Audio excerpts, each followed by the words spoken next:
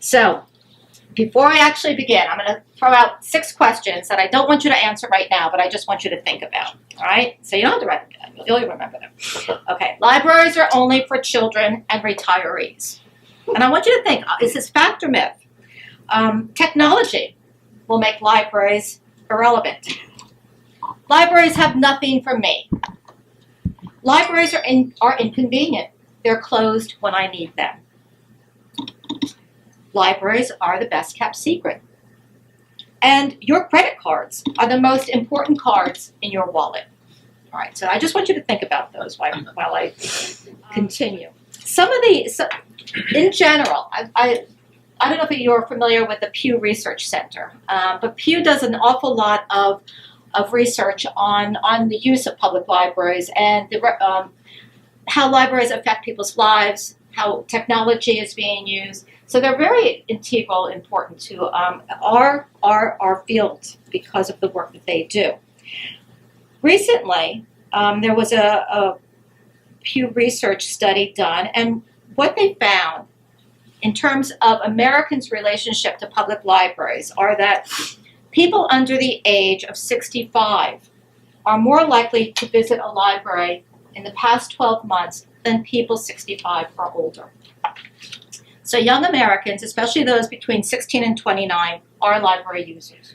There are non-library users who are library lovers. They are called distant admirers, kind of like that, distant admirers. They understand the importance of libraries. They know that libraries promote literacy, learning, community engagement, and that the loss of a public library to a community would be a devastating blow. There's a real return on investment. E-book reading is on the rise. I don't know how many of you have tablets or Nooks or whatever, but you can download books from library websites onto your tablet or Nook, and you're good to go. And this is all free. You can also download audiobooks and magazines. People read print and e-books under different circumstances. So when you go on vacation, like to Paris, you might take your tablet and have 100 books on your tablet instead of carrying 100 books on vacation with you. When you're sitting in the comfort of your living room, you probably want to grab a book and just hang out with your print material. People like to get reading recommendations from libraries.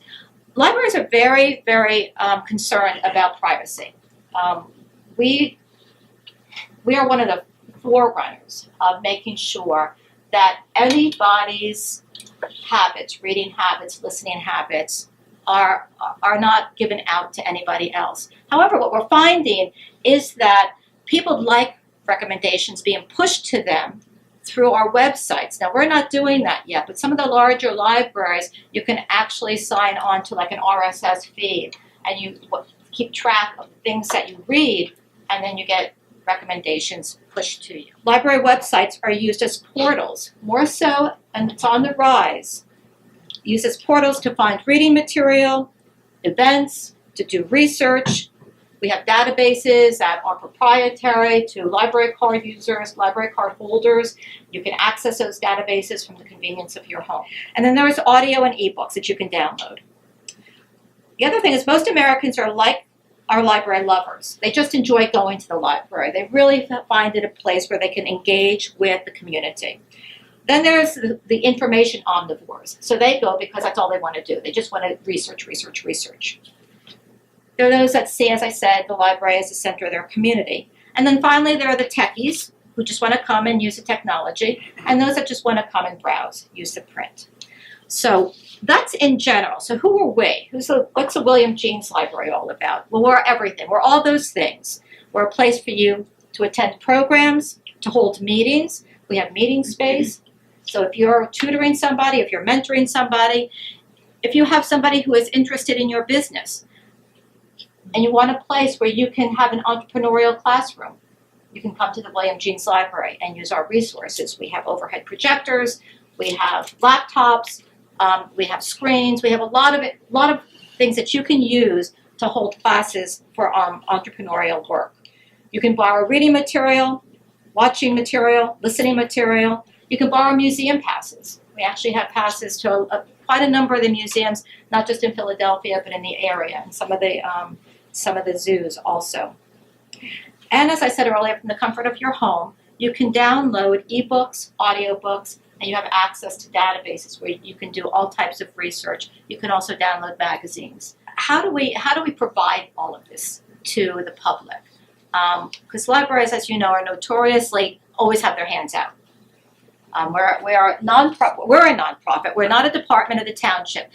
Some are. Some are departments of townships. Some are nonprofits. Some are complete standalone libraries. We are part of a consortium. It's different than the Delaware County Library System. It's an actual system. But the Montgomery County libraries buy into the consortium.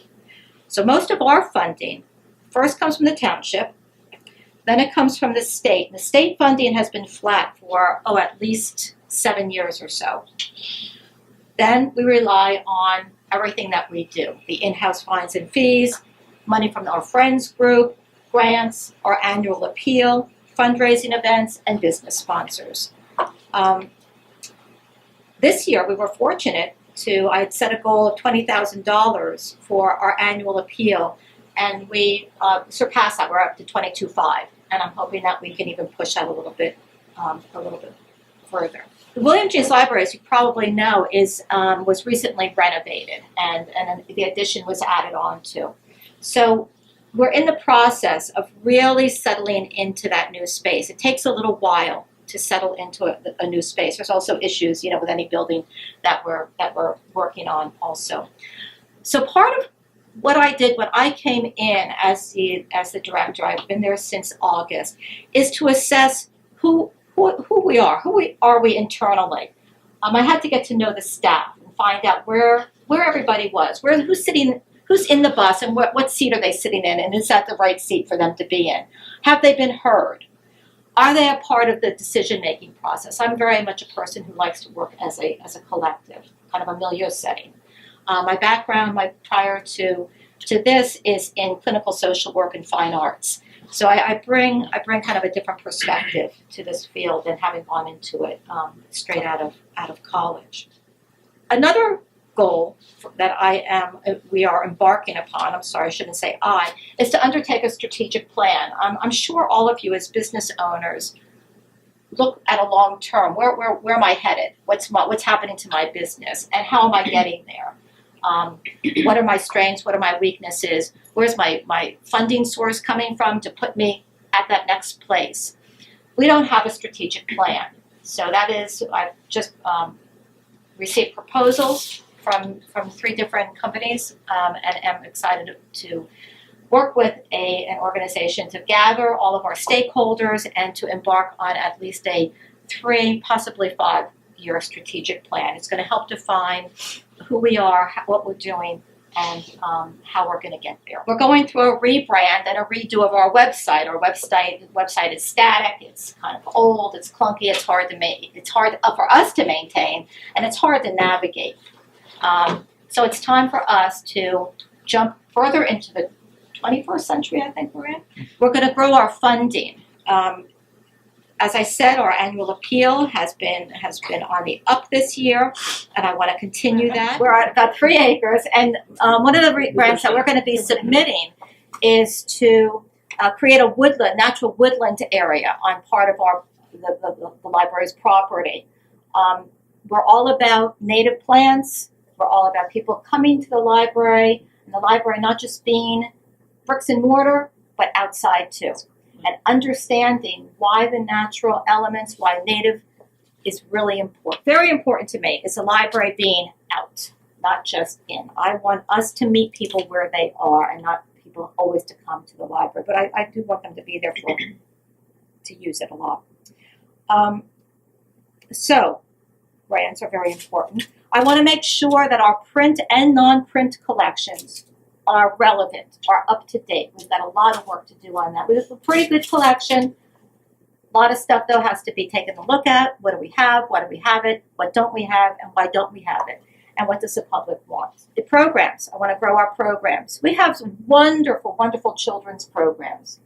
We're working on our team. We just received a grant from the Pennsylvania Humanities Council to develop what's called a teen reading lounge.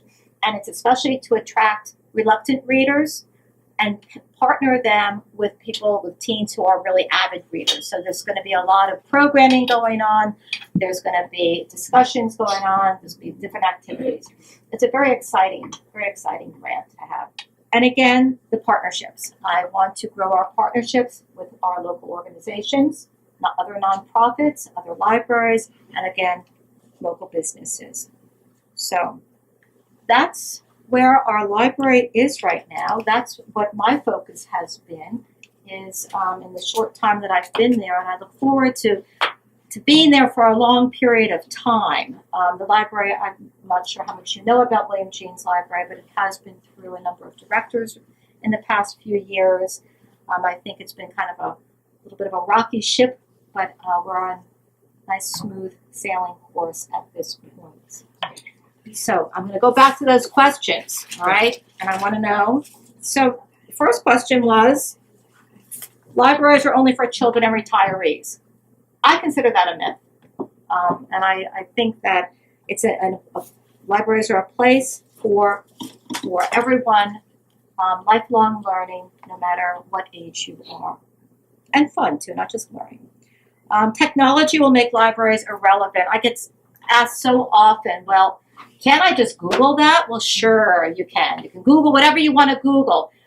But is it authoritative? Is it really, do you want to sift through 100 million hits of something? Or do you, and it's a marriage. Or do you want to sometimes just go to the source, go to that database, get that information immediately? There's a great marriage between technology, print, non-print. So libraries are a place where often people will come to use computers, to do job searches, to even understand, how do I use my Nook? How do I use my tablet? You know, people get these things, and then it's like, oh, the learning curve. We get a lot of people who come to the library for classes on how to use their handheld devices. Libraries have nothing for me. Well, I think that the only reason a library would have nothing for somebody is because they're not of this earth. You know, libraries have something for everyone. And again, it can be whether or not you want to teach yourself something, whether or not you want to participate in an event, if you just want some pablum to read for the weekend, whatever it is, the library does have it. And the library can also point you in the direction where to find it.